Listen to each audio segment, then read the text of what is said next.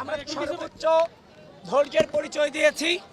আমি সকাল থেকে বারংবার উচ্চারণ করার চেষ্টা করেছি যে আজ আমরা কোনো অভিযোগ করতে চাই না, আমরা আনন্দ করতে চাই, উদযাপন করতে চাই। প্রিয় প্রিয় সাংবাদিকবৃন্দ, ইতিমধ্যেই রোকেয়া হল সম্পর্কে একটা ঘোরতর অভিযোগ আমাদের কাছে এসেছে এবং আমি রোকেয়া হলের ভিতরে চিফ রিটার্নিং অফিসার কর্মকর্তার অনুমতি নিয়ে প্রবেশ করেছি এবং সেই ঘটনার সত্যতা আমি পেয়েছি। একজন শিক্ষার্থী, তাকে যখন ব্যালট দেওয়া হয়েছে, সে যখন ব্যালট নিয়ে গিয়েছে ভোট কেন্দ্রে বুথে প্রবেশ করেছে, তারপর গিয়ে দেখতে পেল সাদিক কায়েম এবং ফরহাদের ব্যালটে আগে থেকে ক্রস চিহ্ন দেওয়া আছে। তো সুতরাং যেটা বর্তমান নতুন বাংলাদেশের রাজনৈতিক পরিপ্রেক্ষিতে যেটা অশনি সংকেত, আমি দ্রুত ভোট কেন্দ্রে প্রবেশ করেছি, ম্যাডামদের সাথে কথা বলেছি, তারাও বলেছে এটা কিভাবে হয়েছে তারা জানেন না। তো সব কিছু মিলিয়ে ঘটনার সত্যতা আছে।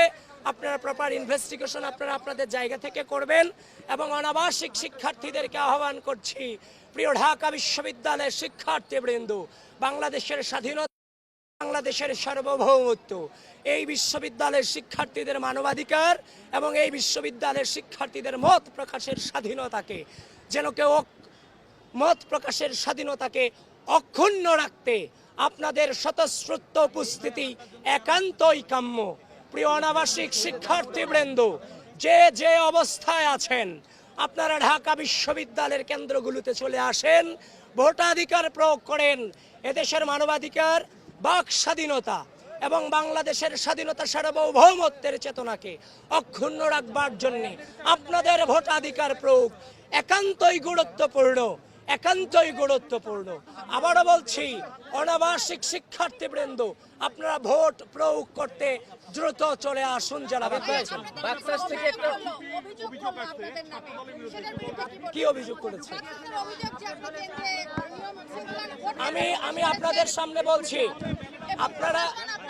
আপনারা সাংবাদিকবৃন্দ, আপনাদেরকে আমি আহ্বান করছি, আপনারা গঠনতন্ত্র পড়ুন।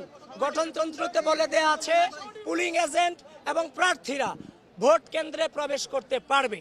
এটা স্পষ্টভাবে লেখা আছে হচ্ছে যে আপনার গঠনতন্ত্রে। ইতিমধ্যেই কিন্তু এটা ফেসবুকে প্রচারও হয়েছে, সেই গঠনতন্ত্রের ছবি, 2025 সালের গঠনতন্ত্রের ছবি। অনিয়মের অনেক অভিযোগ আমরা করতে পারতাম সকাল থেকে, যেমন আমাদেরকে প্রপারলি পরিচয় কার্ড আমাদেরকে দেওয়া হয়নি।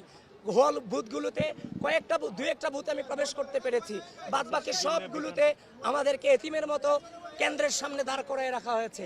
একজন ভিপি হিসেবে ভিতরে কি হচ্ছে তার তো তদারকি করার দায়িত্ব আমার আছে, সেটা তো আমাদের দায়িত্বের মধ্যে পড়ে, স্বচ্ছতার নিশ্চিতকরণের ক্ষেত্রে। তো সুতরাং যারা আমার বিরুদ্ধে এই ধরনের অভিযোগ করেছে এবং যারাই আচ্ছা যে গঠনতন্ত্র না পড়ে এই সংবাদটা যারা ঢালাওভাবে প্রচার করেছেন, আমি আপনাদের আহ্বান করব, এই জুলুমগুলা করা উচিত নয়। কারণ যখন আপনি এগুলো করে ফেলেন, এগুলোর ক্লারিফিকেশন দেওয়ার পর আগেই চরিত্র হনন করে ফেলা হয়। সুতরাং এখনো পর্যন্ত সজ্ঞানে এই নির্বাচনকে সর্বোচ্চ সহযোগিতা করে যাচ্ছি। কোনো প্রকার বাধা তো দূরের কথা, বিন্দু পরিমাণ হচ্ছে যে আপনার আচরণবিধি লঙ্ঘনের চেষ্টাটুকু আমরা করছি না। আবিদ ভাই, বাকশাস থেকে অভিযোগ করা হচ্ছে যে 21 হলে আপনাদের নামে যে ব্যালটগুলো রয়েছে সেখানেও ক্রস চিহ্ন দেওয়া আছে, বিশেষ করে কাদের এবং বাকের বলেছে, এই বিষয়ে কি বলবেন? সেটা সম্পর্কে এখনো পর্যন্ত 21 হল দিকে যায়নি এবং সে খবরটা আমার কাছে আসেনি। ইতিমধ্যেই রোকেয়া হল সম্পর্কে যেটা দেখেছি সেটা সম্পর্কে মন্তব্য করছি। একটু পরে আমি ভোটাধিকার প্রয়োগ করতে যাব উদয়ন স্কুলে, সেখানে ওই সম্পর্কে আমাকে জানতে হবে, তারপর আমি মন্তব্য করতে পারবো। এর আগে আমার মন্তব্য করা সম্ভব নয়। আমি আবারও বলছি, ঢাকা বিশ্ববিদ্যালয়ের অনাবাসিক শিক্ষার্থীবৃন্দ, আজকের এই দিন বাংলাদেশের দিন, বাংলাদেশের বিজয়ের দিন, বাংলাদেশপন্থীদের বিজয়ের দিন, বাংলাদেশের ভোটাধিকার, বাংলাদেশের স্বাধীনতা, ঢাকা বিশ্ববিদ্যালয়ের শিক্ষার্থীদের মত প্রকাশের স্বাধীনতা টিকিয়ে রাখার দিন। আপনারা কোনোভাবেই অলসতা দেখিয়ে বাসায় বসে থাকবেন না। আসেন, ভোট কেন্দ্রে ভোট প্রয়োগ করুন।